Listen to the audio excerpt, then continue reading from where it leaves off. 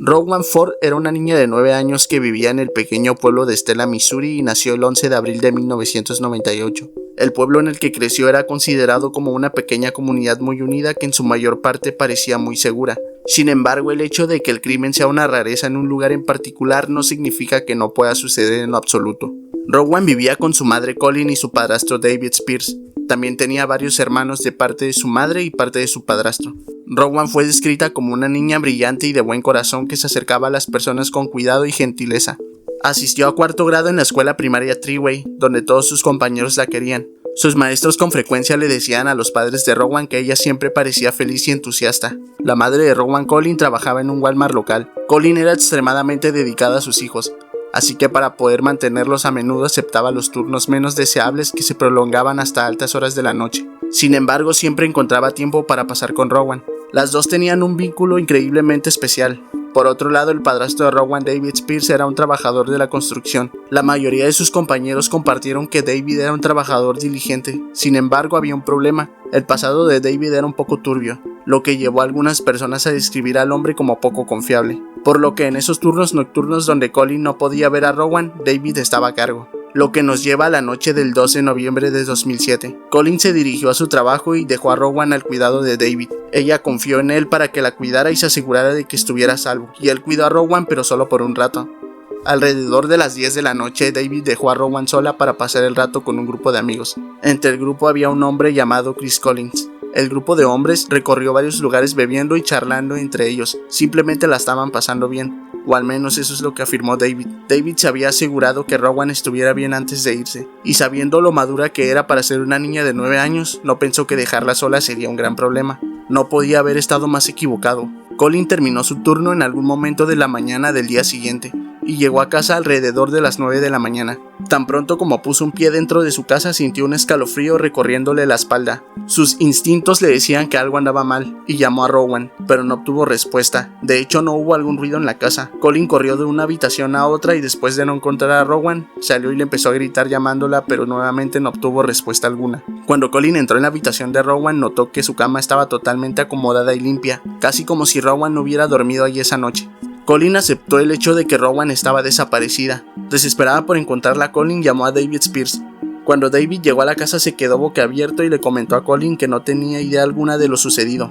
Ambos se comunicaron con las autoridades locales. Cuando estos los interrogaron, descubrieron un detalle particularmente interesante. David parecía estar preocupado por el paradero de Rowan, pero la policía pensó que estaba siendo un poco sospechoso.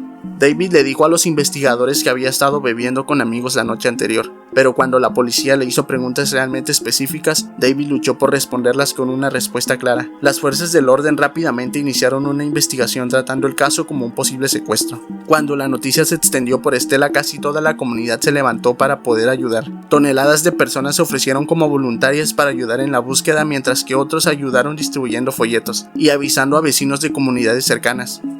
La investigación inicial se centró en reconstruir los eventos de la noche anterior. David le dio a la policía una lista con los nombres de las personas con las que salió esa noche. Los investigadores interrogaron a todos estos amigos y conocidos de David, pero pasaron varios días y la investigación se intensificó rápidamente. Comenzaron a utilizar helicópteros, perros de búsqueda y equipos de búsqueda adicionales, y fue debido a la creciente intensidad que alguien finalmente cedió, y admitieron que no estaban diciendo toda la verdad. El hombre que había cedido era Chris Collins. Mientras Chris estaba siendo interrogado, la policía todavía estaba entrevistando a David, y se dieron cuenta de la creciente evasión de David cuando se trataba de responder preguntas aparentemente simples. David afirmó que había dejado a Rowan en su casa tranquila para poder pasar tiempo con amigos, pero su cronograma y detalles eran vagos y a menudo contradictorios. Esto generó sospechas que llevaron a la policía a investigar más profundamente a él y a sus amigos bajo un intenso interrogatorio. La historia que Chris Collins le dio a las autoridades comenzó a desmoronarse, y él confesó su participación en la desaparición de Rowan. Aquí entraron detalles inquietantes sobre el secuestro de Rowan en su casa, y los eventos que siguieron son realmente repugnantes. Es como si este tipo fuera la escoria más grande de la tierra. Chris Collins admitió haber llevado a Rowan a una granja abandonada en el condado de McDonald, Missouri, donde la amontonaron, saben a lo que me refiero, y estrangularon antes de deshacerse de ella, de su cuerpo y de todo lo que esa dulce niña algún día fue. Ocultaron el cuerpo en un sumidero cercano.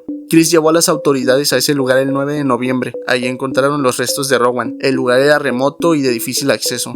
estaba parcialmente oculto por un denso escombraje. David Spears también estuvo implicado en el crimen a través de evidencia circunstancial y las declaraciones de Chris. La investigación reveló que David no solo no había protegido a Rowan, sino que potencialmente había sido cómplice de los eventos que condujeron a su fallecimiento. Ambos hombres fueron arrestados y como resultado entre los dos recibieron cargos como asesinato en primer grado y secuestro. Por declararse culpable, David recibió un cargo reducido por poner en peligro el bienestar de un niño y obstaculizar el procesamiento. Recibió una sentencia de 11 años de prisión en 2012. Su sentencia inicial parecía más bien una sentencia de cadena perpetua, sin libertad condicional.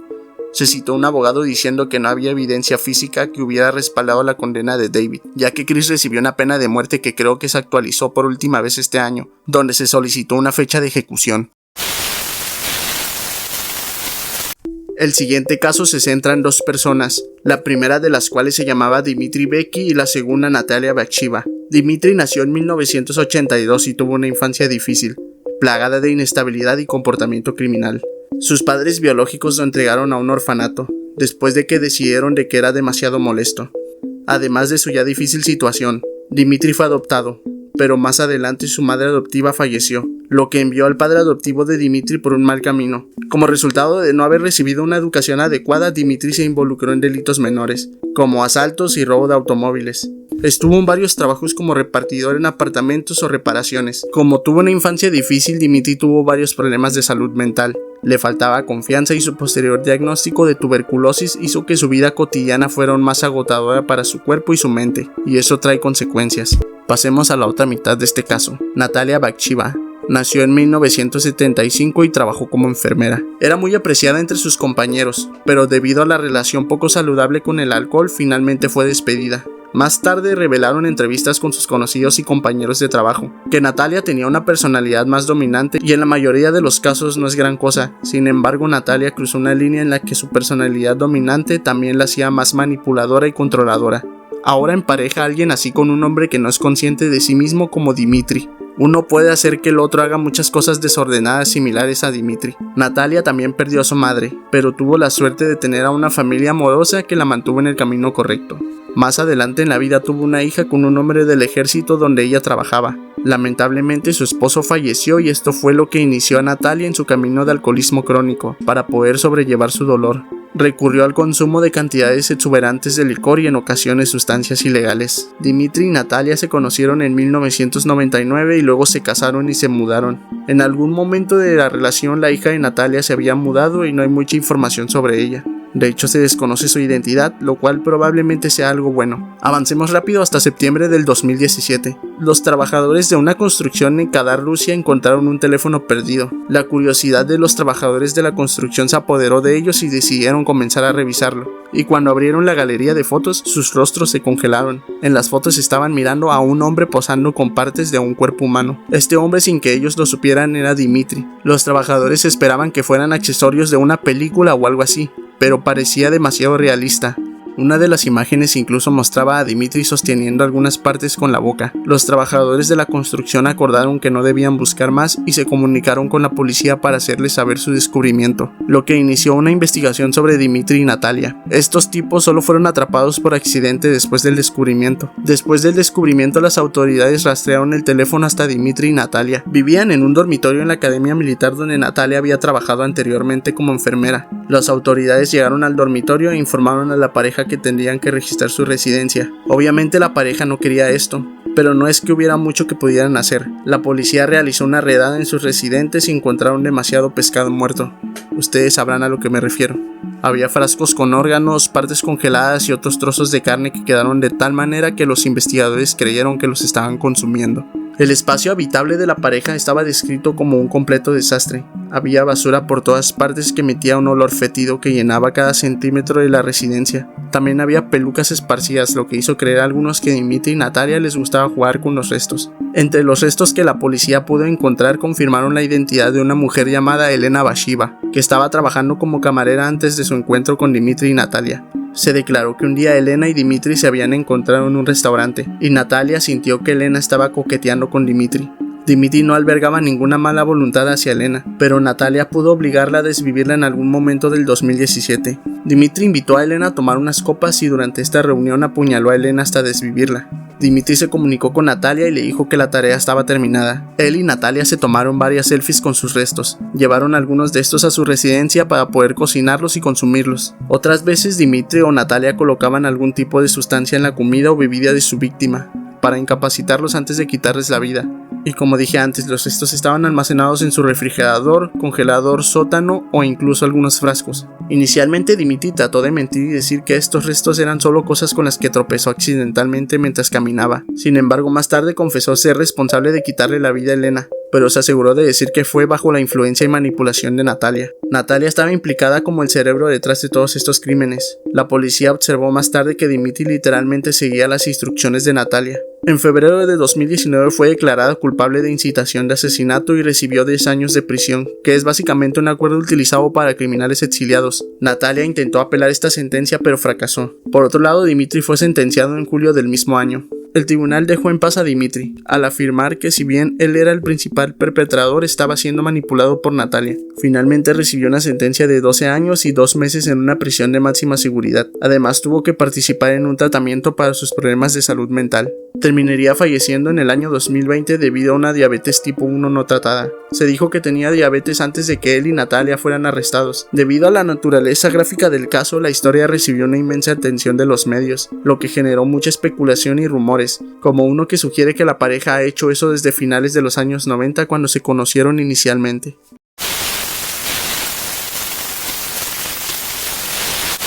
Para este próximo caso visitaremos el estado de Kansas, específicamente Valley Center, una ciudad en el condado de Sedgwick con una población actual de aproximadamente 7.300 habitantes. Los Blomel eran una pareja llamada Melissa y Roger Blomel. Adoptaron a un niño llamado Anthony cuando era bebé. A Anthony también lo llamaron Tony, que es como lo llamaremos durante el resto de este caso. También adoptaron a otro niño llamado Chris. Melissa y Roger estaban encantados por poder criar a 2 niños. Tenían grandes planes y sueños de brindarles un hogar amoroso y poder verlos crecer y convertirse en adultos maravillosos. La vida de Tony con su hermano parecía totalmente normal, pero a medida de que él creció, importantes problemas de comportamiento comenzaron a surgir, especialmente durante su adolescencia. Cuando Tony llegó a la escuela secundaria estaba luchando con muchos problemas. Comenzó a fumar mucho THC, lo que se convirtió en una causa frecuente de discusiones dentro del hogar. Los Blomel eran el tipo de padres que esperaban que sus hijos cumplieran con un conjunto de reglas y toques de queda, pero Tony demostró ser bastante resistente hacia ellos. Cuando Tony llegó al último año de la escuela secundaria, su comportamiento revoltoso se intensificó. En este punto simplemente no escuchaba nada de lo que le decían sus padres, y continuó consumiendo sustancias justo delante de ellos solo para fastidiarlos. Cada encuentro de cada día era casi como una guerra entre Tony y sus padres. Un incidente que marcó un punto de inflexión significativo fue el arresto de Tony por conducir bajo efectos del alcohol. En ese momento había planes de que Tony se uniera al ejército, especialmente a la Fuerza Aérea, por lo que por el resultado de su arresto con el alcohol, sus esperanzas de poder hacerlo se hicieron añicos. Obviamente Blomer todavía se preocupaba por Tony. Todos sus argumentos provenían de un lugar amoroso. Después de años de comportamiento rebelde, aceptaron que necesitaban ser más extremos con alguien como Tony. Mintieron y dijeron que él necesitaba afrontar las consecuencias de sus acciones para poder aprender y crecer. Con suerte, estas lecciones serían suficientes para ponerlo en el camino correcto. Los padres de Tony decidieron pedirle a Tony que abandonara su casa. Esta decisión no se tomó a la ligera, pero la combinación del uso de sustancias de Tony y los problemas legales que tenía dejó a sus padres con opciones limitadas. Esperaban que con este enfoque alentaran a Tony a asumir la responsabilidad de su vida y tal vez reconsiderar qué es lo que estaba haciendo con esta misma. Sin embargo, esto en lugar de mejorar sus decisiones hicieron todo lo contrario. El resentimiento de Tony hacia sus padres adoptivos simplemente empeoró. Ahora sentía que lo estaban traicionando y abandonando. Este resentimiento evolucionó hasta convertirse en un odio genuino. Después Tony comenzó a investigar un poco sobre sus padres biológicos y finalmente se reconectó con su madre Kesha. Tony esperaba encontrar lo que deseaba de los Blumel en Kesha, y en cierto modo obtuvo lo que deseaba, pero no es lo que él necesitaba. Tony decidió visitar a Kesha en California, pero se llevó a un amigo llamado Braden Smith. La visita estaba destinada a ser un nuevo comienzo para Tony, lejos del ambiente estricto de su hogar adoptivo. Los dos se quedaron con Kesha en su pequeño apartamento que compartía con su novia Sia Hamilton y su hija de 7 años. El apartamento apenas era suficiente para 2, entonces cuando Tony y Braden aparecieron era aún más estrecho, y el ambiente general no era ideal. Kesha también tenía una una relación muy poco saludable con una gran cantidad de sustancias, por lo que el trío de Tony, Kesha y Brayden pasaban casi todos los días simplemente consumiendo sustancias, y vínculos por su odio compartido hacia los Blumel. Tony dijo que sentía que favorecían a su hermano menor Chris y como resultado restringían su propia libertad. Creía que eran demasiado estrictos y no le permitían vivir la vida que él quería. Resultó que Kesha había querido visitar a sus hijos varias veces, pero se le negó, debido a sus hábitos poco saludables. Ahora no estoy del todo seguro si fueron los Blumel los que negaron a Kesha, o si fue algún tipo de grupo de servicios infantiles el que retuvo a Kesha lejos. Pero independientemente, Kesha sintió disgusto hacia Melissa y Roger. Al darse cuenta que los dos tenían enemigos mutuos, Kesha y Tony comenzaron algunas ideas. Tony conspiró con Kesha, Brayden y otro hombre llamado Andrew para acabar con Melissa y Roger. El motivo principal fue una ganancia financiera. Tony creía que al eliminar a sus padres adoptivos podría cobrar una cantidad sustancial de dinero por las pólizas de seguros de vida y heredar sus bienes. A Brayden se le prometió una parte del dinero a cambio de sus conexiones. Brayden pudo conseguir las armas de fuego del grupo y varios recursos necesarios para tal fin. En cuanto a Andrew, él era otro amigo de Tony y Brayden que tenía sueños ridículos de algún día convertirse en algún hitman. El grupo comenzó a planificar cómo abordarían el plan y cómo se llevaría a cabo el acto de violencia. Para maximizar sus pagos, Tony eligió el 15 de noviembre del 2013 como fecha para los actos, sabiendo que su hermano Chris estaría ausente en un evento de lucha libre ese día, asegurándose de que no hubiera otros miembros de la familia cerca para detenerlos. En la noche elegida, Tony sacó a Melissa y Roger durante la cena. Tony estaba fingiendo todo como una especie de disculpa por su terrible comportamiento. Melissa y Roger eran personas de buen corazón que querían ver lo mejor en los demás, así que bajaron la guardia y creyeron en Tony. Mientras Tony estaba cenando con sus padres, Kesha y Andrew irrumpieron en la casa de los Blumel. Prepararon la casa para que pareciera un robo que salió mal, saqueándola y llevándose objetos de valor. La idea era engañar a la policía haciéndoles creer que los hechos eran resultado de un allanamiento. Una vez que Tony, Melissa y Roger terminaron de cenar y tuvieron una conversación, regresaron a la residencia Blumel. Cuando llegaron y salieron del carro, Kesha y Andrew les tendieron una emboscada. Melissa reconoció de inmediato a Kesha, pero desafortunadamente fue eliminada antes de que pudiera hacer algo. En informes posteriores de entrevistas se dijo que Melissa dijo: "Dios mío, Kesha", durante la emboscada. Después de sacar a Melissa, Kesha ajustó su arma de fuego hacia Roger. Sin embargo, se atascó, pero finalmente Roger aún sería golpeado en su cabeza. Después de que ocurrió el acto, el grupo huyó y Chris regresó a casa después de su evento de lucha. Cuando vio a sus padres tirados en charcos de sangre, salió corriendo pidiendo ayuda. Llegaron funcionarios médicos y los transportaron a los dos al hospital. Llegaron en condición crítica y al día siguiente, 16 de noviembre, Melissa fallecería a causa de sus heridas. En cuanto a Roger, en realidad sobrevivió durante aproximadamente un mes antes de sucumbir también a sus heridas. Falleció el 21 de diciembre. Durante la investigación inicial se sospechaba claramente que Tony era el responsable. Hubo numerosos momentos en los que mostró un comportamiento sospechoso. Por ejemplo, cuando Tony visitó a sus padres en el hospital, mostró poca o ninguna emoción.